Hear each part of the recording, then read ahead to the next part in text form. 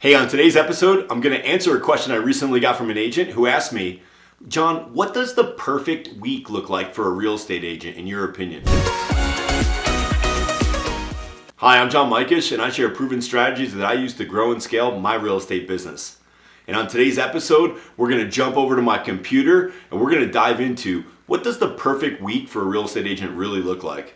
Okay, guys, welcome. So here we are on my computer. I got the perfect real estate agent week pulled up, and I'm going to walk you through it and what the thoughts are behind it. So starting with Sunday on the left, I believe that everybody needs a day of rest. Now, we're talking about the perfect week for a real estate agent. So there will be some situations and instances where, perfect just isn't achievable. And I get that. I was an agent selling at a very high level for many, many years. And despite my best efforts to sort of keep one day aside as a day of rest, sometimes that will, get infringed upon. But the idea is that we're creating and coming up with what our perfect week is and beginning with that end in mind. So whenever and at all possible, I want to guard my Sundays as a day of rest for me and my family. And because of that, I don't even want to get into business strategizing or planning on Sundays. As a lot of books and gurus will tell you, plan your whole week out in advance.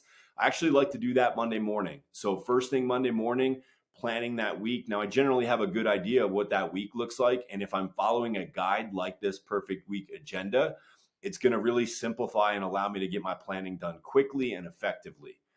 Then the first thing that I want to do but on Monday to start my work week off, is from a 9 to 11, I want to call and touch base and check in with all of the listing clients that I have. They're wondering what happened over the weekend.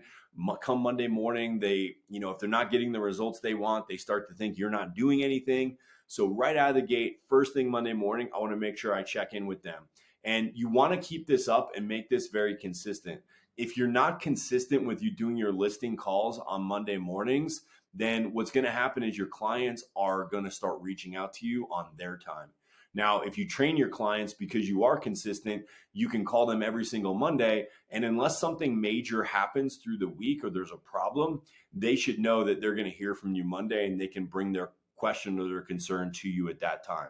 So this is something that's very easy to do, but it's also very easy not to do. And I promise you, if you'll get in the habit of making all of your listing calls to all of your clients every single Monday, it's going to really make working with sellers at a high level much, much easier and more effective. The other thing that I want to do on Mondays is I want to make for sale by owner prospecting calls.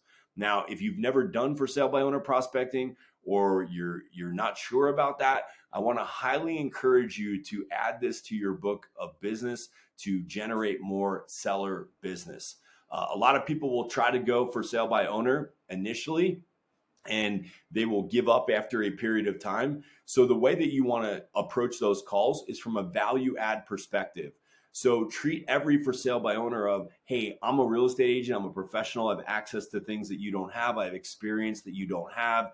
How can I help you sell your house on your own?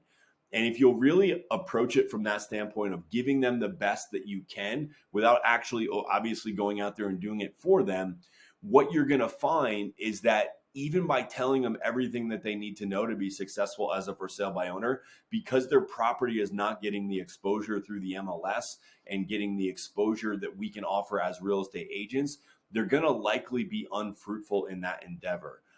And by calling them on Monday's sort of that day of reckoning for your sellers where, hey, another weekend went by, we didn't have any showings, or we had showings and we didn't get any results. And this is going to be the most effective day where you can follow up with them, see what else you can do to help them, but also capture them when they're raising the white flag and then get in there and provide, a value presentation to them, showing them what you can offer and how you can help them get the job done.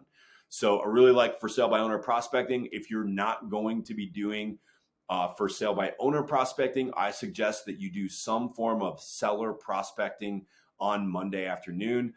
This is when, people are just coming out of the weekend where they were talking to their spouses about, hey, I think it's time we sell. I think we need to make a move. So just a really effective time for you to do that. And additionally, I have a slot here for 5 to 7 appointments. Obviously, if you don't have an appointment, you don't have to honor that block. but this is what I like to set up in my calendar so that when I'm on the phone with a client, I can go right to my calendar and know where those appointment slots are going to be. Now, starting on Tuesday, we're going to be making some application to our database. We're going to be nurturing that database. This is where you can, make sure that your database is up to date, it's running properly, your to-dos are set in there. Any kind of database maintenance, past client maintenance, anything like that related to the database. The goal here is to schedule a block of time for that so that it doesn't become like your email where you're checking it all the time and you're not really being effective in it and you're just in there all the time. And then on Tuesday, we have previews and showings. I have these in blue because you may or may not have showings, but what I would like you to take is a proactive approach to your business. So a lot of times what I find with realtors is they get into real estate because, it gives them a lot of freedom, and they don't have a boss. They can be their own boss. But the challenge of that is when you're your own boss, are you really treating your real estate career like a business, like you would if you were, showing up for a job? So if you don't have a lot going on, I suggest one of the ways that you get busy is to go out and preview properties. So what I'll tell a brand new agent is if you have zero going on right now, you're not going to have a lot going on until you start to act like a real estate agent who has a lot going on. So scheduling showings or previews on new properties that hit the market that you think are good properties. So you as an agent, you get in there, you check your MLS every day, and you're like, oh wow, this looks like a really good property that's going to be not only interesting to me, but it's going to be interesting to a lot of people. Get out there and preview that property. There's no substitute for knowing the product and knowing your market. In order for you to become a professional, you have to start to act like a professional. So knowing the market better than anybody else should be your goal in your market if you're serious about this business. And what will happen is you'll go out and you'll preview properties. You can highlight those properties. There's all kinds of strategies on how to do that socially using social media and other tools that are free or no cost or low cost. But getting out there and previewing and looking at the actual inventory is going to help you be better informed when it comes to those prospecting conversations. So you want to fill that time either with previews if you don't have any showings or also showings. Now, when I was running my business at a high level, I would try to get showings during the day whenever at all possible. There's usually less traffic then. It puts the more in alignment with my life schedule. But obviously, you're going to have a lot of showings in the afternoons when people get out of their job. So I got those slots 5 to 7 open, throughout the week. So just try to plug them into the day if possible. And if you can't, then you can plug them into the evening period. Now, starting on Wednesday, I have 8 to 9 prospecting. And I also have a prospecting session on 4 to 5. This is for both Wednesday and Thursday. The reason that is it's very strategic. The MIT lead response study, which is 3 years of data on leads and following up with leads and making contact with them in a prospecting manner, says that our most effective prospecting times throughout the week are 4 to 5 on Wednesday and Thursday, with the next best time being 8 to 9 on Wednesday and Thursday. So if we know that that's the most effective time for prospecting, let's not make things harder on ourselves by prospecting when we want. Let's set up our prospecting to be the most effective time. And that's why I have these times in here and I have them green. I would not block that time for anything. I would treat it like an appointment because the sustainability and the longevity of your real estate career and business depends on putting people into the funnel and then converting them into clients. So you are not going to want to jeopardize this time. When I think of all the agents that I've had work for me at my company, at my team, I think about the ones that really stood out had a disciplined approach to their prospecting time. And they treated these time blocks like the coveted appointments that they were, and they would schedule everything else around them. Easier said than done, but if you can be good at scheduling these prospecting times and specifically strategically when is the best time, then I would say that you're going to have a very high probability of being a successful agent. Now, because Wednesday and Thursday are a little bit heavier of a lift from a prospecting standpoint, most agents by and large would rather be out looking at property, showing property, working with existing clients than prospecting for new ones. So I realized that tends to be a heavier lift for people and it can be a little bit more of a challenging day. So because of that, I've scheduled your big rocks in their day and also lunches in that day to make the rest of your day a little bit more easier, lighter, more enjoyable. Now, a big rock comes from the one-page strategic plan. And I'll put a link to an example of a one-page strategic plan down in the video notes below. But this is where you're going to say, okay, quarterly speaking, what is it that you're working on? Maybe you're a new agent, you're working on a new lead generation pillar, or maybe you're an agent that's really scaling your business and you need to put some operational systems and processes into your business. We're going to look at those things as big rocks, and we're going to address them quarterly in our quarterly planning. And I'll do a whole separate video on quarterly planning, but just know that that's what big rocks are. It's something that should light you up, invigorate you, fulfill you, because you're working on your vision, your goals for your business. So I put that in here after your prospecting time on Wednesday and Thursday. The other thing I have in here is lunches. So I think lunches are really important. Your relationships in this business are everything. So having a dedicated time every Wednesday where you go meet with a vendor that you're currently working with, maybe a vendor that you want to work with. This could be anybody from a home inspector or a mortgage broker to an attorney that handles divorces that you're hoping to get business from. Your ability to meet with and connect with these people and build relationships with them is critical to the success that you're going to have as an agent. There's no successful agents that don't have a successful team behind them. And your vendors, your affiliated business partners, these are your team members. So have lunch with them, break bread with them, take a proactive approach. Don't just wait for them to reach out to you, which they will likely do. And this gives you a spot to plug them into and look at your schedule. But also, if you don't have one of those, reach out to them. Set yourself apart. And then client lunches. This is where at least once a week, preferably more. There's other lunches days in here where we don't have any lunch scheduled, but at a bare minimum, when I look at the perfect week of a real estate agent, they're meeting with one key client, one past client, one current client, one channel account client that can give them business over and over and over again. They're meeting with somebody intentionally every single week. So I've got that in here for Thursday. If you're not currently doing that, great. That's a great place to start. One client lunch per week. Somebody that you're doing business with now that you're working towards getting into under contract, or that you're currently under contract working towards a closing, somebody that you've done business with in the past that you need to reconnect with so they don't feel like, hey, you just sold them and then you moved on to the next and you're done with them.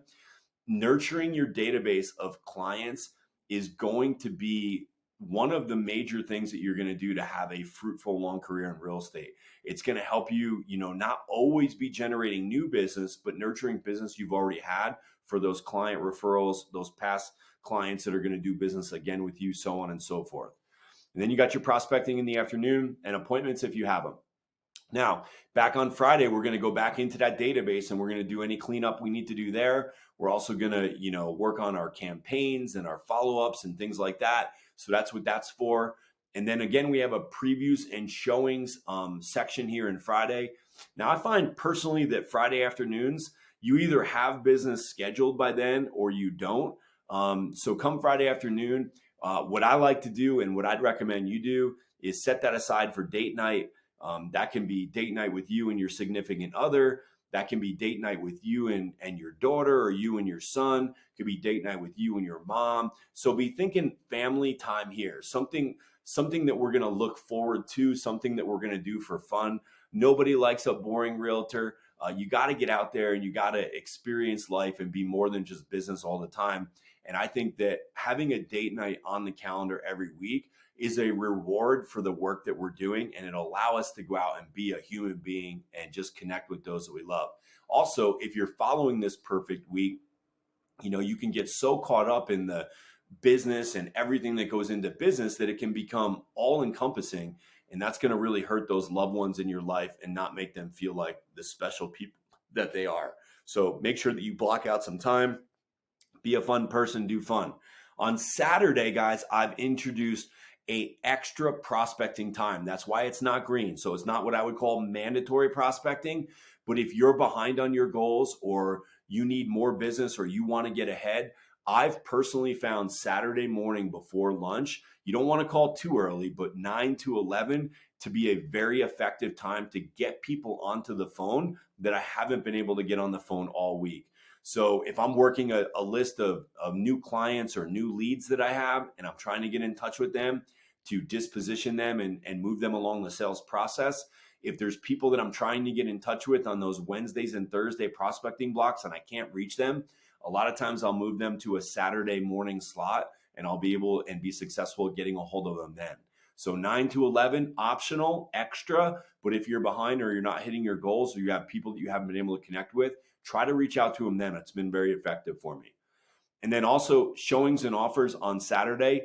For me, they're optional. So if I have clients that are coming into town, I'm going to have that open for them, but I'm not necessarily, doing it like previews and showings where if I don't have showings, I'm going out to preview and vice versa. I'm leaving that as optional. So Saturday is a completely optional day for me. The goal would be to get to a point where we can do enough business Monday through Friday that we don't have to work weekends. But I know in the life of a real estate agent, that's not the case.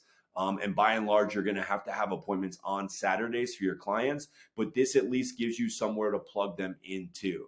So if a client reached out to me and wanted to, meet on a Saturday morning, I would at least have the knee-jerk reaction of saying, hey, I have a couple things already Saturday morning. Would you be able to do Saturday afternoon, say 12:30, 1 o'clock?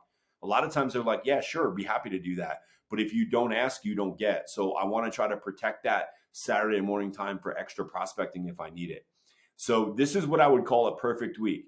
Again, the caveat is it's never going to perfectly work out this way. But I think if you'll start to adopt this schedule in your real estate business and adhere to these time blocks like the appointments they should be adhered to, you're going to find that consistently following a schedule like this is going to lead to massive results and success in a short period of time. But you've got to do the work. So I appreciate you if you found value in this video. Like and subscribe because I'll be breaking out a lot more points. Like I said, talking about quarterly planning and things like that in upcoming videos. So be sure to check those out as well. Thanks so much.